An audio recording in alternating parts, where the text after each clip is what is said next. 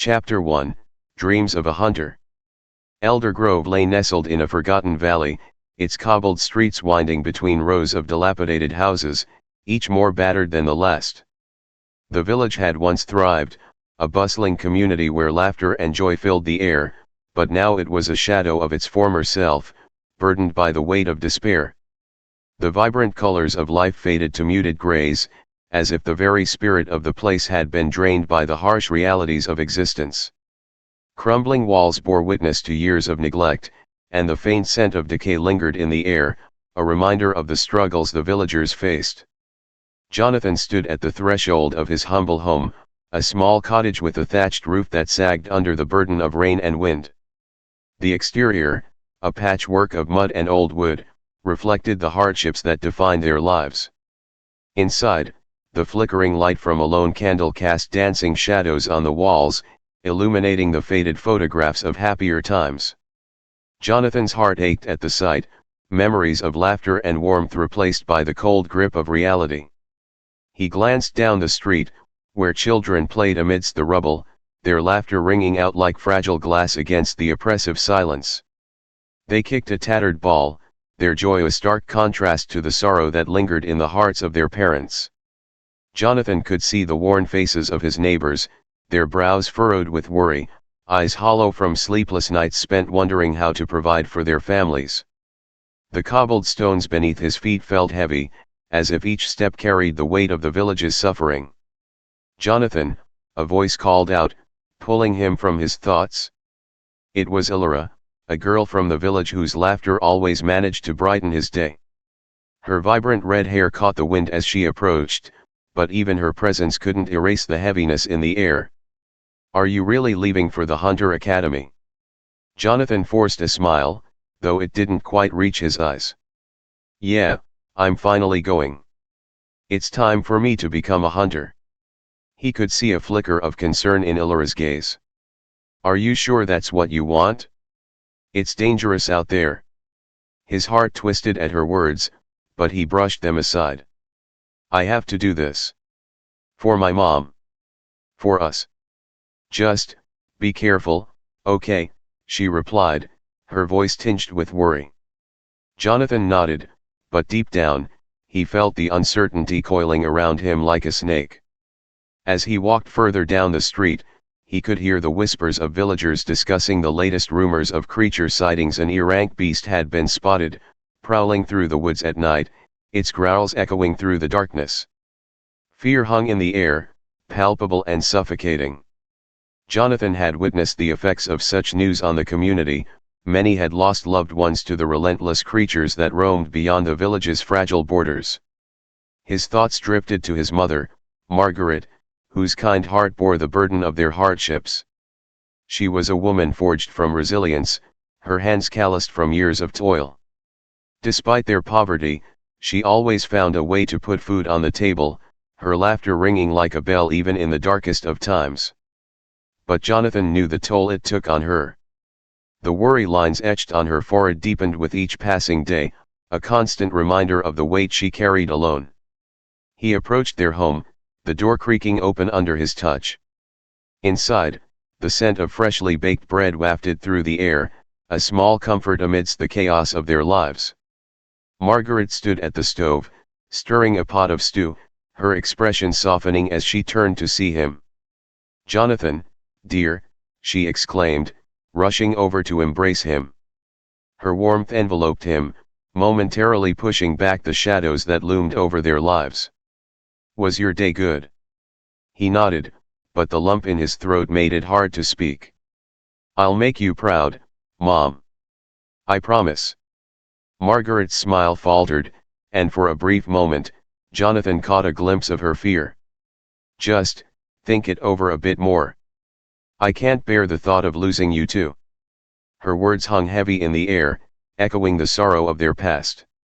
Jonathan's father had been a hunter, a brave man who had faced danger head-on to protect his family. But in his final battle against an errant creature, he had failed, leaving Margaret to raise their only son alone amidst the struggles that followed. As Jonathan gazed into his mother's eyes, he felt the weight of her sacrifice pressing down on him. He would not let her down. He would fight to become strong not just for himself, but for her. With determination igniting within him, he vowed to forge a path through the darkness, to protect his mother and their village from the creatures that haunted their nights. Soon, he would begin that journey. Inside the cottage, the warmth of the small hearth crackled softly, casting a gentle glow over the modest room. Margaret, Jonathan's mother, went to the stove, her back slightly hunched from years of hard work, her hands getting busy stirring a pot of stew. The scent of freshly baked bread and simmering vegetables filled the air, a humble but comforting smell that had come to symbolize home.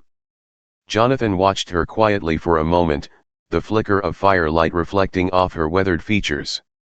Her face, once bright with the joys of youth, now bore the marks of a life steeped in hardship, worry lines carved into her brow, and deep circles under her eyes from nights spent awake with concern.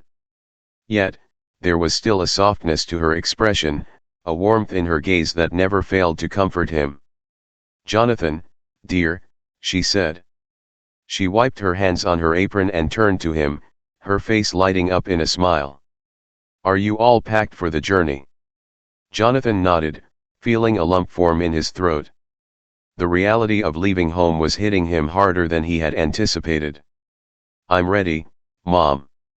I'll make sure to write to you." Margaret smiled at him, though it didn't quite reach her eyes. She approached, placing her hands on his shoulders, and looked at him with a tenderness that only a mother could give. "I know you will. But remember, Jonathan, no matter how far you go, this will always be your home. You don't have to prove anything to me." Jonathan's chest tightened. He had always admired his mother's strength, how, even after losing his father, she had somehow managed to hold their little world together. His father had been a hunter too, but unlike the stories of brave, heroic hunters celebrated in the village, his father's story was one of sacrifice. He wasn't known for his strength or prowess, but for how he had died trying to protect his family from an errant creature. Jonathan was only 6 when it happened, but he remembered the terror in his mother's eyes, the blood, and the silence that followed. Still, despite his father's failure, Jonathan couldn't forget how bravely he had fought to save them. That memory had shaped his resolve.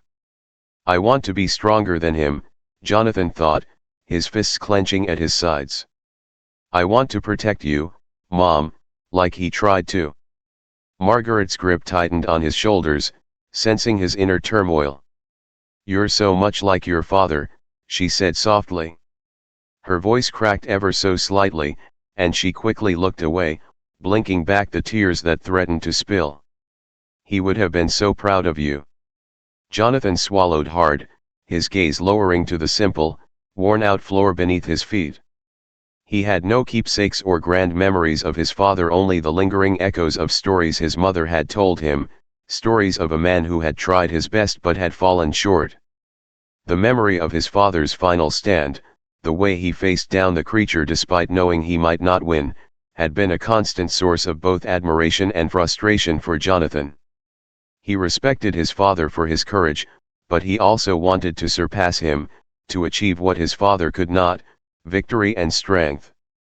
"I'll make sure I'm strong enough, Mom," Jonathan said, his voice steady but laced with emotion. "I won't fail like he did. I'll be able to protect you and the village from those creatures."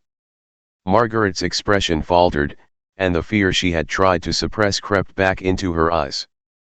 "I don't want you to think about that," she said, her voice firm. "The life of a hunter is dangerous, Jonathan. I can't bear the thought of losing you too." The weight of her words pressed heavily on his chest. His mother had already endured so much pain, and the thought of causing her more sorrow made his stomach churn. But he knew, deep down, that becoming a hunter was his only path to giving them both a better life. "I have to do this," Jonathan whispered, more to himself than to her. "I'll make sure everything changes for us." Margaret studied him for a moment, her eyes softening as she saw the determination etched into his young face. She sighed, brushing a strand of hair from his forehead. "Just promise me you'll be careful." And don't forget why you're doing this. It's not just about becoming strong. It's about surviving. Jonathan nodded, swallowing the lump in his throat. I promise. Margaret pulled him into a tight embrace, and for a moment, Jonathan allowed himself to be a child again, to take comfort in the familiar warmth of his mother's arms. As they stood there in silence, he made an unspoken vow to himself, no matter the cost, he would return to this place stronger than before. As she let him go and turned back to the stove, Jonathan's thoughts once again lingered on his father's sacrifice. The memory was clear, almost haunting his father's final moments, the way he had faced the creature head-on, knowing it might be the end. It was both an inspiration and a burden, driving Jonathan forward with an intensity that grew fiercer with each passing day. I'll make sure your sacrifice wasn't in vain, Jonathan thought, his heart pounding with the weight of his resolve. Soon marked the beginning of his journey, but the love of his mother and the memory of his father would guide him through the darkness that lay ahead. Jonathan lay in his small, cramped bed, staring at the wooden ceiling as shadows from the candle flickered above him. The room was cold, but he barely noticed. His thoughts were consumed by memories, dark, painful memories that seemed to surface more and more as the day of his departure neared. His mind kept drifting back to the night that had changed everything, the night his father had been killed by the creature. It had been years since Samuel, Jonathan's father, had died protecting their family, but the details of that night were seared into Jonathan's mind as though it had happened just yesterday. He had been only 6, but the fear, the helplessness, and the bitter sting of loss had carved deep scars into his young heart. That night had also been the first time Jonathan had truly understood what an outbreak was, a term that had always hung over the village like a dark cloud but had seemed distant, unreal, until then. Outbreaks were the nightmare that every village, town, and city feared. They were the sudden surges of creatures, dangerous, often deadly beasts that roamed the untamed wilds beyond the human settlements. Usually, these creatures stayed in their dark forests and forgotten valleys, but sometimes, without warning, they would swarm in large numbers, spilling out into the populated areas like a plague. Outbreaks weren't frequent, but when they happened, they left nothing but destruction in their wake. Villages like Eldergrove, without the protection of decently trained hunters, often stood no chance against them. The night his father died had been during one such outbreak. Jonathan rolled onto his side, closing his eyes, as the memory of that night unfolded once again in his mind, vivid and raw. He could still hear the wind howling through the trees, carrying with it the distant growls of the creatures lurking just beyond the village. The moon had been hidden behind thick clouds, casting an eerie darkness over Eldergrove. It had been unusually quiet, too quiet, in fact. The kind of silence that made the hairs on the back of your neck stand up. Then, the howls had come. He could still remember the way his father, sitting by the hearth sharpening his old sword, had frozen when the first growl pierced the night air. Jonathan had seen the change in his father's expression, the way his calm face hardened into a look of grim determination. "Stay inside," Samuel had said quietly, rising from his chair, gripping his sword tightly. Jonathan's mother, Margaret, had rushed to the door, trying to stop him, but she knew better than to argue. "There's something out there, Samuel," she had whispered, her voice trembling. "I know," his father had replied, his eyes fixed on the door. He hadn't hesitated. He hadn't shown fear. Even as the sounds of snarling and snapping branches grew louder, he had only looked back at them once, his gaze lingering on Jonathan. "I'll be back," he had promised. But he never came back. Jonathan's breath hitched as he remembered watching his father walk out into the night, his tall figure silhouetted